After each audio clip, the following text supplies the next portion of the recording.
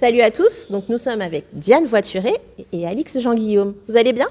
Au top. Ouais, ça va bien, merci. Bien reposé? Ouais, très bien. Plus que moi. Elle a l'air d'être bien plus fraîche. Non mais là on n'est pas prêt pour les sparring là. Moi là, pas ce matin. Pas ce matin. C'est le week-end. Alors je voudrais qu'on puisse échanger sur un sujet, les femmes, les combattantes. Et revenir aussi sur un sujet d'actualité, le combat de Céline Provost. Donc toi qui es combattante, hein, j'aimerais que tu puisses me dire déjà comment est-ce que tu as entré dans le MMA? Qu'est-ce qui t'a attiré? Moi, je viens du judo déjà, et donc j'aime beaucoup en fait toute cette discipline. Et je crois que ce qui m'a vraiment donné envie, c'est en observant tous mes amis en fait qui font du MMA. Et après mon combat en K1 où j'ai perdu, je me suis beaucoup remis en question. Et j'ai profité en fait du confinement pour me mettre au MMA. Et là, ça a été un peu comme une révélation où je me suis dit, ouais, c'est vraiment trop bien ce sport. La liberté d'expression. Ouais. Le confinement, carrément. Il faut, hein. Ah, comme quoi, hein, ça fait changer de vie. Hein. Ouais, c'est ça. Ok, bon, J'ai très pris bien. ça vraiment comme une opportunité en fait. Et t'as pas eu peur de pousser les portes du tout? Non, pas du tout. En plus, j'aime beaucoup apprendre. Et le MMA, c'est un sport qui est tellement complet, où on fait tellement de choses, où on n'a jamais fini d'apprendre. Donc, c'est vraiment cool. Okay. Alix, toi qui es coach, est-ce que tu as beaucoup de féminines?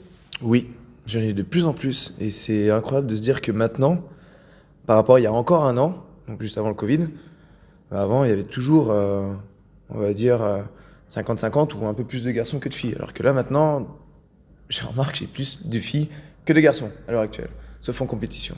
Mais en loisir, j'ai beaucoup plus de filles. Pourquoi? Elles veulent faire du self-défense, elles veulent faire de la boxe, etc. Et puis maintenant, le MMA qui prend plus ou moins de leur envergure en France, on est enfin reconnu en France, donc ça prend l'image, ça intéresse tout le monde, et encore plus les filles, étrangement. Et MMA ou self-défense? Elles préfèrent ce qui est concret, généralement. Donc, c'est pas pour faire de l'ombre sur le self-défense, mais elles veulent quelque chose qui percute, qu'elles peuvent faire aussi bien à la salle que dehors, donc avec des mises en situation, etc. Et pour toutes celles que j'ai, elles préfèrent largement faire du MMA que du self-défense. Mais bon, on parle de self-défense, mais on peut parler de tous les autres arts martiaux aussi. Oui, donc Voilà. ça peut être aussi vraiment en loisir, quoi. Tout à fait. Ok. Bon, pas tout le monde ne veut pas devenir pro, heureusement, hein, quand même, parce qu'il y a de la place, hein, il y a de la place, mais bon. le MMA féminin, en tout cas, maintenant, j'ai l'impression qu'il se porte de mieux en mieux, et que des personnes comme toi hein, sont là pour véhiculer aussi l'image du MMA, que vous n'êtes pas non plus des personnes, on dit violentes et compagnie, hein, que c'est un sport et que c'est très bien encadré. Qui sont j'allais dire tes idoles, mais quelles sont les combattantes qui t'inspirent? Les combattantes qui m'inspirent, c'est Rose Namajunas, vraiment. Enfin, son état d'esprit, c'est une personne très très simple, très humble dans ce qu'elle fait. Et du coup, j'aime beaucoup. J'aime beaucoup Zhang aussi, parce que du coup, elle a un côté quand même très agressif qui est très bien. Il y en a d'autres, mais je crois que c'est les deux principales, surtout qu'elles se rapprochent de ma catégorie de poids. Donc du coup, pour moi, c'est intéressant de les observer et de regarder comment elles s'entraînent. Donc en France, on a encore besoin d'avoir, on va pas dire une tête d'affiche, mais un porte-drapeau.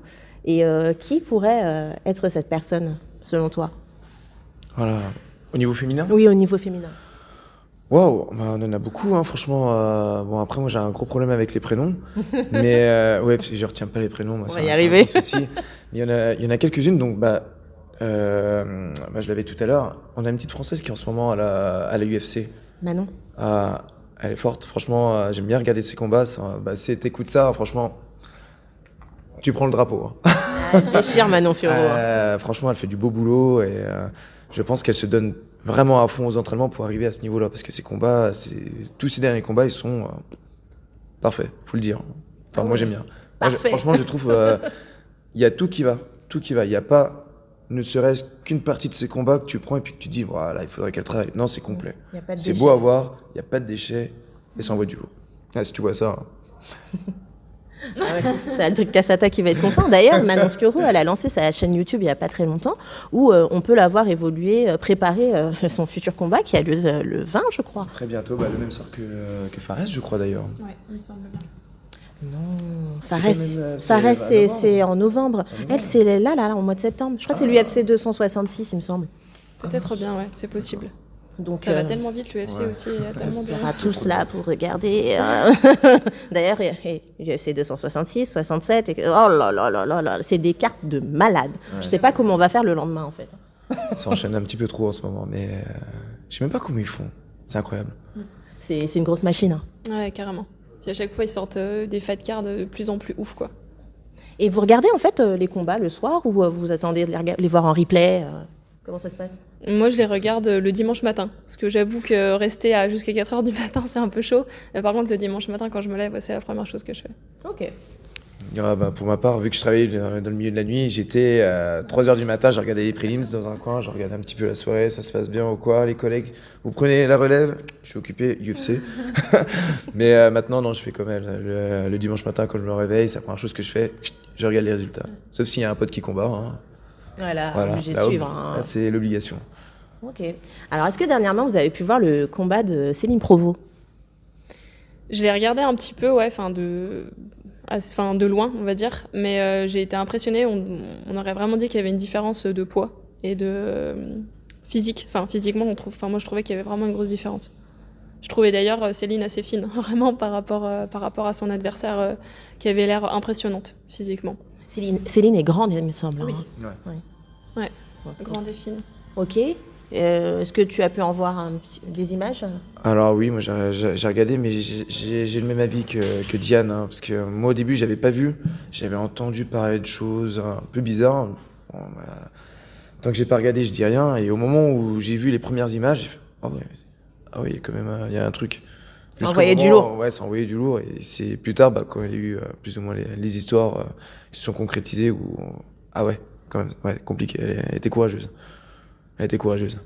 Mais c'est vrai que là, ça lève un véritable sujet de société et qu'on va se retrouver parce que c'est pas la première combattante qui est transgenre, il y en a d'autres. Et du coup, est-ce qu'une combattante non transgenre, je sais pas comment on le dit, peut affronter une combattante transgenre? Est-ce qu'il y a réellement, vraiment une différence au niveau du poids, au niveau de la force, au niveau de... Parce que voilà, ça devient compliqué. Est-ce que toi, tu accepterais ce type de combat? J'ai jamais réfléchi jusque-là. Du coup, la question se pose pas vraiment. À la fois, à la salle, moi, je m'entraîne qu'avec des hommes. Enfin, du coup, on parlait des féminines, où il y a de plus en plus de féminines en amateur, mais en pro, moi, j'ai toujours été la seule. Donc, j'ai pris ça comme une habitude. Mais du coup, il y a quand même une réelle différence entre un homme et une femme. Je veux dire, on peut pas nier le truc. Après, on voit quand même en boxe taille Non-Rose, qui est une transgenre, combat toujours chez les hommes. Enfin, du coup, il y a quand même... ça pose question, quoi. Oui, vraiment. Tout à fait. Et justement, qu'est-ce que tu penses du fait que les femmes s'entraînent avec les hommes? Ah, moi, j'ai zéro problème là-dessus. Tu vois comment elle est, elle arrive à nous mettre des taquets, elle nous retourne, etc. Elle travaille, on travaille. Je suis pas du genre à mettre des barrières parce que c'est une femme ou un homme, on est tous égaux, hein. On a tous un cerveau, on a tous des muscles, on sait tous parler, donc ça, c'est vraiment pas le problème. Mais par contre, pour revenir au sujet juste avant, c'est réellement compliqué de parler d'une personne qui est transgenre et qui va se mettre en combat, parce que quand tu vois l'image de ce dernier combat dont tu parlais, tu vois la photo de cette personne avant et la personne maintenant. Ok, c'est plus la même personne, c'est plus le même sexe, ok. Attention, je dénigre pas, mais c'est juste que forcément sa puissance, je pense qu'elle l'aura gardée, etc. Donc il y a une certaine petite inégalité. Après, j'en sais rien parce que j'ai pas tourné avec, je ne peux pas savoir. Tant qu'on n'a pas vécu, on peut pas le savoir. Hein. Mais déjà d'apparence, quand tu regardes le combat, tu fais c'est du parpaing quand même qu'elle se prend. Donc c'est pour ça que je dis qu'elle était quand même courageuse, parce que je pense qu'avant de combattre, elle devait être au courant de l'histoire. Bien sûr, elle était au courant, oui. Donc déjà de se dire ça, c'est que t'as faim. T'as envie d'y aller. Donc je tire mon chapeau. Elle a quand même voulu y aller et elle a fait le travail. Elle aurait pu nous surprendre. Hein. Oui. Franchement, elle avait la niaque en tout cas. Mais voilà, bravo à toi quand même, Céline, d'avoir levé le défi parce que c'est pas rien. Non, c'est pas rien, c'est de courageux quand même. Et force spéciale avant en plus, son adversaire. Donc, il faisait pas rire sur les photos. Quand j'ai vu la photo la première fois, j'ai fait wow, c'est quoi ça? Donc bon, c'est vrai qu'il y a une grosse différence entre la photo d'avant et puis après. Tu peux pas. Enfin, d'ailleurs, c'est incroyable. Hein. C'est incroyable. En fait, les sports vont devoir s'adapter à tous les changements en fait, de la vie. D'ailleurs, il y a aussi les personnes qui sont en situation de handicap qui cherchent à combattre, mais malheureusement, toutes les lois ne sont pas encore mises en place pour le MMA. D'ailleurs, je pense à Anthony Antogap, je lui fais un coucou parce qu'il souhaite combattre et pour l'instant, toujours pas de date et d'opportunité pour lui. Ouais, j'espère que ça s'arrangera du coup. Mais bon. On est en plein travail, légalisation oblige, je pense que maintenant... Enfin. Il était temps quand même. On a grave du retard, mais bon, j'ai envie de dire, c'est incroyable parce qu'avant, on était considérés comme des coqs en cage. Les gars, tu fais du MMA, ouais, on te mettait de côté, mais directement, genre limite, t'étais le gars qui, comme en Thaïlande, tu fais ton espèce de combat clandestin sur un parking, alors que non, tu vas à l'étranger. Même la plus petite organisation, généralement, elle était plutôt bien, les gens, ils se déplaçaient, ça remplissait des salles. Enfin, j'ai fait quelques petits trucs qui étaient super sympas et quand tu y réfléchis avec du recul, il y a 10 ans, tu fais mince, mais en fait c'est trop cool.